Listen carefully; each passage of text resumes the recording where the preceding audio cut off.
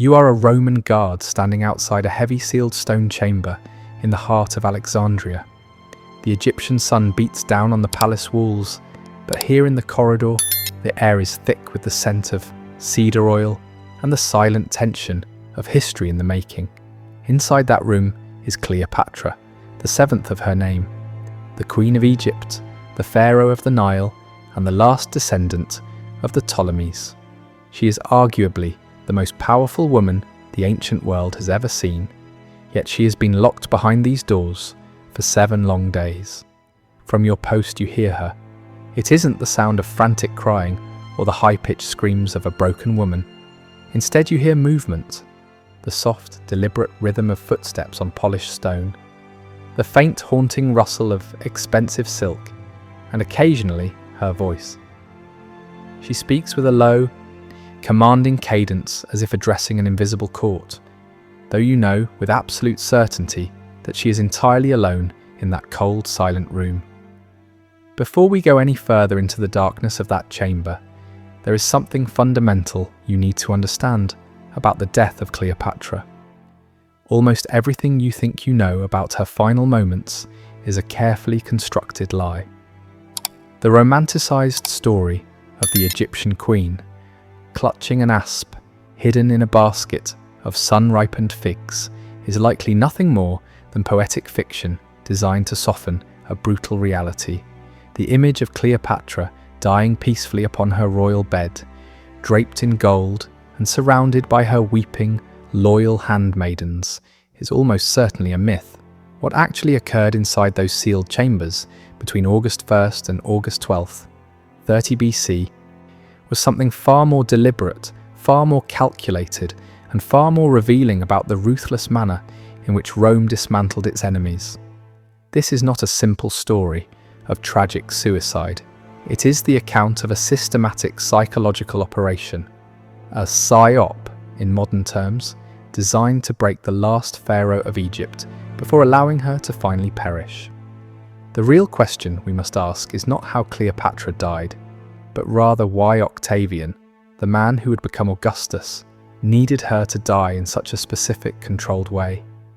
Why did he need 10 long days to make it happen?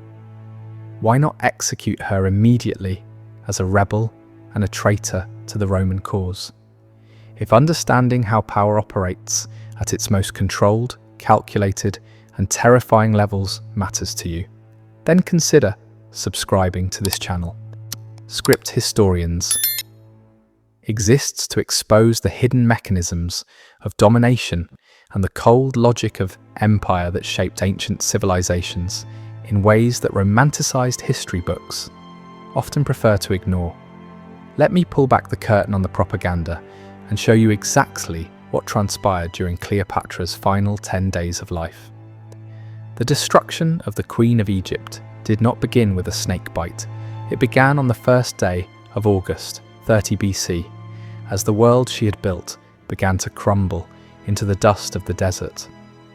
Inside the massive ornate tomb that Cleopatra had built for herself near the Temple of Isis, Mark Antony was dying.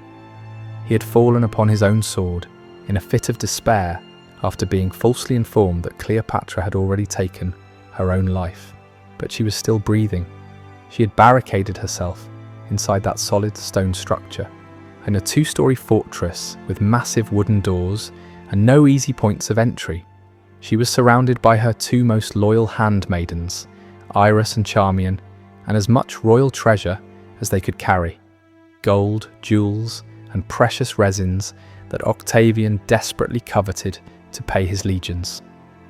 Antony, bleeding out and fading fast at the base of the tomb, was hauled upward by ropes through a high window by the 3 women.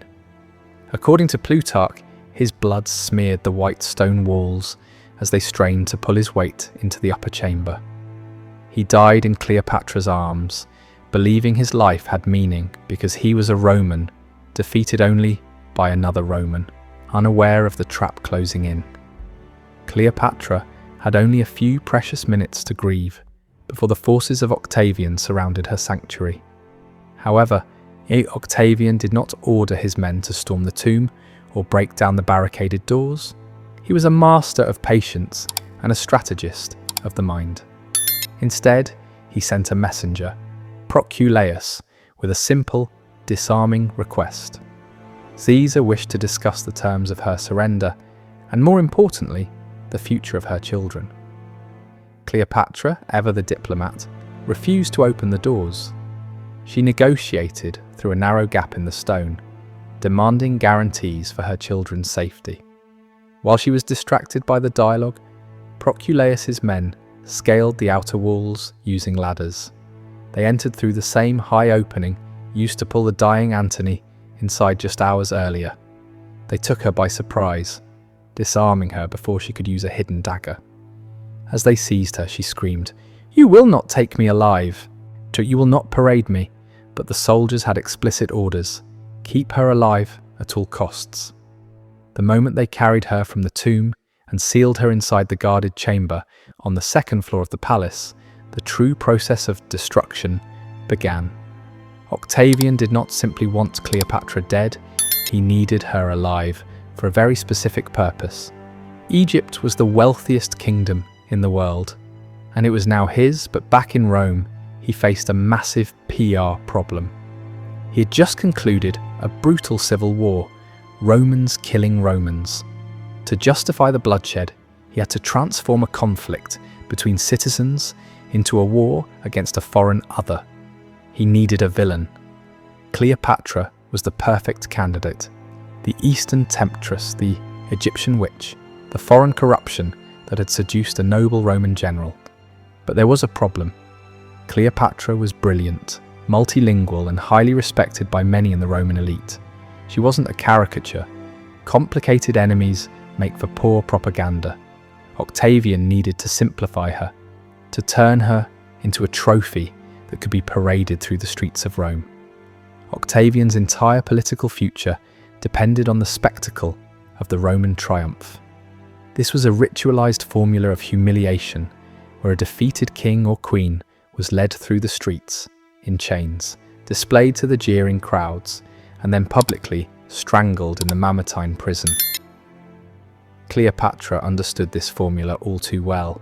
She had been in Rome years earlier, during Julius Caesar's triumphs, and had watched as Vercingetorix, the Gallic king, was dragged through the mud and then executed. She knew that Octavian intended to use her body to solidify his grip on the Roman soul. Thus, the next 10 days became a battle of wills. Octavian's strategy was to break her desire for death.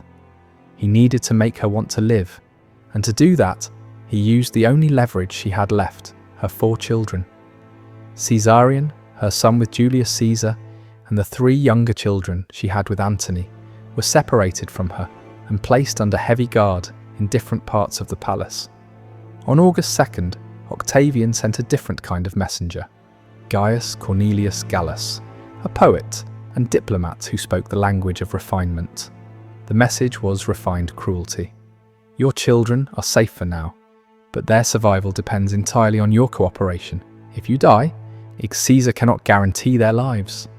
Cleopatra was trapped in an impossible psychological space between her dignity and her motherhood. To escalate the pressure, Octavian sent architects to her chamber on August 3rd. They didn't come to talk. They came with measuring rods and wax tablets. They measured her height, the width of her shoulders, and the weight of her frame. When she asked what they were doing, they replied with cold indifference, "The display for the triumph must be built to accommodate your dimensions." They were measuring her like a piece of furniture, preparing the cage she would occupy in Rome. They returned every day for nearly a week, discussing her humiliation in front of her, as if she were already a statue. This was systematic conditioning. While the architects measured her for her cage, other messengers brought reports about her children. They told her how Caesarion was asking for her, how the younger children were crying for their mother. They let the sounds of her children playing in the palace gardens drift through her narrow window, close enough to hear their laughter, but far too far to touch. Modern psychologists call this learned helplessness. By stripping her of agency and making her dependent on him for news of her loved ones, Octavian was attempting to dismantle her identity. By August 7th, Cleopatra stopped eating, choosing the slow death of starvation. Octavian didn't force-feed her. He simply brought her eldest son, Caesarion, to her room. The boy begged her to eat, telling her he needed her to survive so they could all be safe. That night, she ate, and the threat to her children was no longer a theoretical concept. It had a face and a voice. On August 8th, Octavian finally visited her in person. He offered a mercy. If she walked willingly in the triumph, without chains, he would spare all her children, including Caesarion. It was a brilliant lie. Caesarion, as the biological son of Julius Caesar, was a direct threat to Octavian's legitimacy. Octavian could never let him live. For 3 days, Cleopatra lived in the agony of hope. But on August 11th, something shifted. Whether she overheard the guards or received a secret message from a loyalist, she finally understood the truth. Octavian was going to kill Caesarion, regardless of what she did. The negotiations were theatre. The promises were hollow. Her cooperation would not buy her children's safety.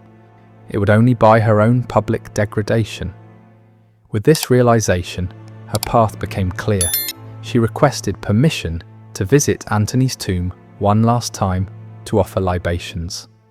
Octavian, believing he had broken her spirit, granted the request. Under heavy guard, she entered the tomb. The soldiers watched her pray, but they didn't see her retrieve the small clay vial of poison she had hidden there days earlier. When she returned to her palace chamber, she was calm. She requested a final meal, including a basket of fresh figs. The guards checked the basket for daggers, but found only fruit. They didn't realize that the snake wasn't in the basket. The venom was already in her possession.